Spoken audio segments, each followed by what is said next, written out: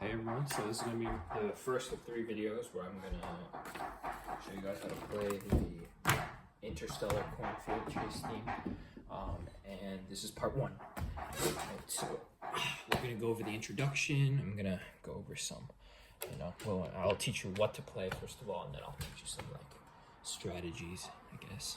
Let me just make sure everything, all the notes that I need are in there.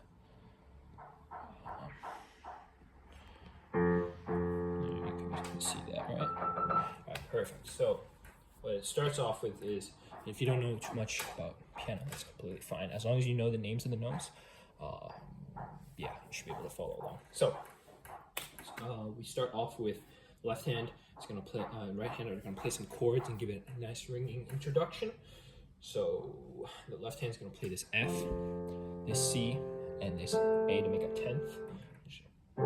If you can't play all at once, it's completely fine. You can break it up. I see many people doing that. It sounds just as good. So, and the right hand is going to play this A octave, and it's going to follow it up with a nice ringing high E. So, and then you play it together, and then you play the E by itself. So it's going to sound something like this.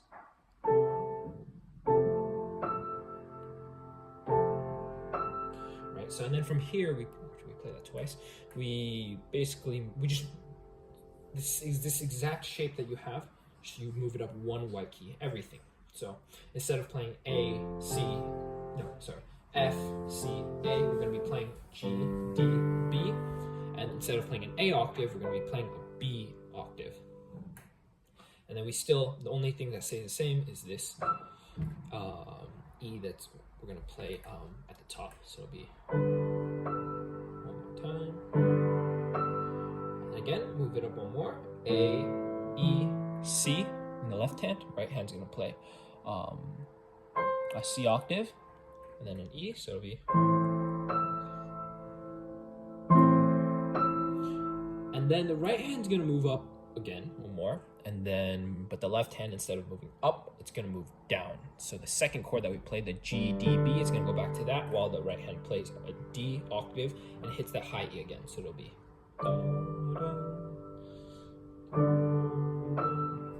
that high E ring out, and then we get to the I think it might be the hardest part in the version I'm playing. By the way, my version is derived from Dorian Marko's, who plays it. I'll just say he plays it much better than I do. So go check out his version on Spotify, Dorian Marko, Dorian, Marko, Marko. Just look up his cornfield chase and you should see it pop up. So, and then, sorry, I digress, but let's get on with the next part of the introduction. So the next part is going to be the part that everyone loves so much. So the way it goes is the left hand plays A, C, E, A 3 times, and then it goes up an octave. The E stays, but instead of a C on finger 4, we're going to be playing a D on finger 3. So it's going to be B, D, E, B. Play that 3 times again. Back down to the first one. Just play it once. Then we're going to move down. The E stays the same, except the finger 4, instead of playing C, it's going to be playing B, and then the pinkies and the thumb will be playing a G octave. So it'll be play it twice, and then we go back to the first one, play it once, go up to the highest, back to the first, and then we hit that G right there. So it's really just 3 chords that are going back and forth. So it's this, and then that. So it goes 1, 2, 3, 1, 2, 3, 1, 1, 2, 1, 1. So, but if we play it like how we're supposed to play that, those were just the chords, then it'll be 1, 2, 3, 1, 2, 1. Sorry, there's a mistake. I said play this twice. That was my mistake. Just play it once. So you go 1, 2, 3, up, 1, 2, 3, back down, 1, and then 1, and then back to the first one, up to the highest, back to the first,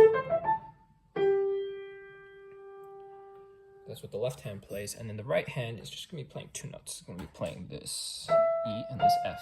And the rhythm it does is, if you know how to read sheet music, this is so basically there's four in this one beat. There's four notes that you have to play.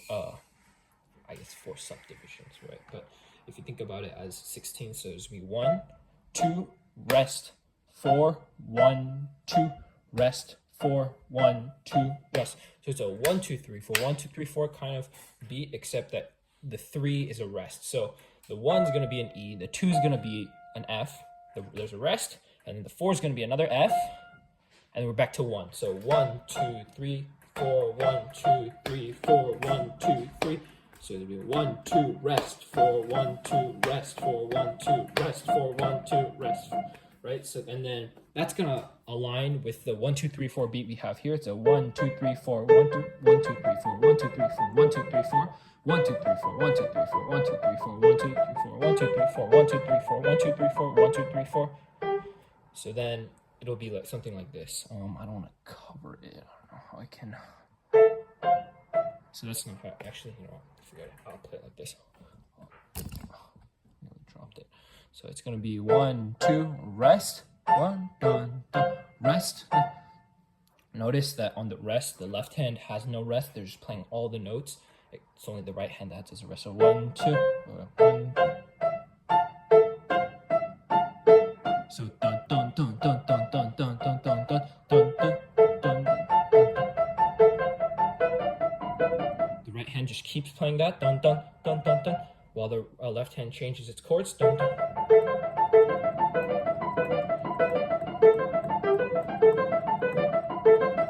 And after that, we rest on the E and the G, and then that's when we get into the real meat and potatoes of the song.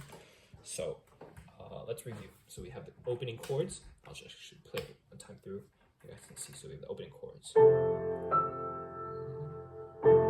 Twice. Move up one. Again. Move up one again. Keep the high E. And then opposite directions, right? This one goes to D. This one is G, D, B. And then from there we go into the